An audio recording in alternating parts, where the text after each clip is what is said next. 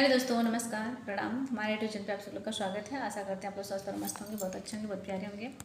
आज हम सुनाए जा रहे हैं आप लोग को बहुत सुंदर, बहुत प्यारी सोहर गीत। कृष्ण जन्म सोहर गीत है। इस गीत को आप लोग सुने जरूर और अपना ढेर सारा प्यार सपोर्ट स्वाद जरूर दें। कमेंट बॉक्स में अपनी राय दें। लाइक सब्सक्राइब शेयर नहीं किए हैं तो जरूर करें और हमारे चैनल से आप लोग जरूर जुड़ें। आज वासुदेव घरवा बाजेला बाधैया हो, अन धन लोटावा तारी यशोदा जी मैया हो। आज वासुदेव घरवा बाजेला बाधैया हो, अन धन लोटावा तारी यशोदा जी मैया हो। अब बोले कोयलिया करम डाहाए ललना, अदवकी के भैले नंद लालाए ललना। बोले कोयलिया करम डाहाए ललना, अदवकी के भैले नंद लालाए ललना। भदुके अनहरिया में गोकुला नगरिया में भैल बड़े सुर हो। भदुके अनहरिया में भैले माखन चोर हो। गोकुला नगरिया में भैल बड़े सुर हो। भदुके अनहरिया में भैले माखन चोर हो।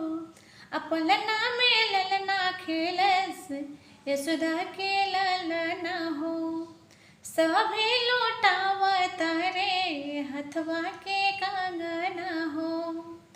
पलना में ललना खेलस यशोदा के ललना हो। सभे लोटावा तारे हथवा के कंगना हो। वसुदेवा भैले खुश हालाए ललना, अब बोले कोयलिया करम डाहाए ललना। देवकी के भैले नंद लालाए ललना।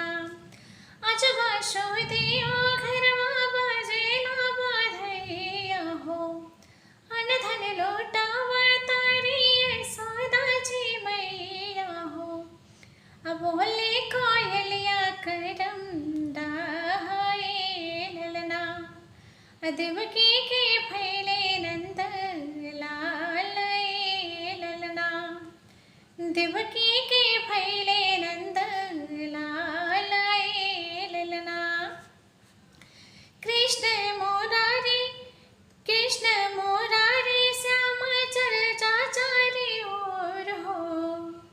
केहू कन्हैया कहे केहू नंद किशोर हो। कृष्ण मुरारी श्याम चर्चा चारी ओर हो। केहू कन्हैया कहे केहू नंद किशोर हो। केहू यदुवंशी केहू राधे श्याम हो। केहू यदुवंशी कहे केहू राधे श्याम कहे। सभी श्याम के चरण में रहे। केहू कहे मदन गोपालाए ललना। अब बोले कोयलिया करम डाहाए ललना। केहू कहे मदन गोपालाए ललना। बोले कोयलिया करम डाहाए ललना। देवकी के भैले नंद लालाए ललना। आज वासुदेव घरवा बाजेला बाधैया हो, अन धन लोटावा तारी यशोदा जी मैया हो। अब बोले कोयलिया करम डाहाए ललना। यशोदा के भैले नंद लालाए ललना। जगमग कर तारे अंगना दुआरवा, अर्चना गावेली भजन सोहरवा। जगमग कर तारे अंगना दुआरवा,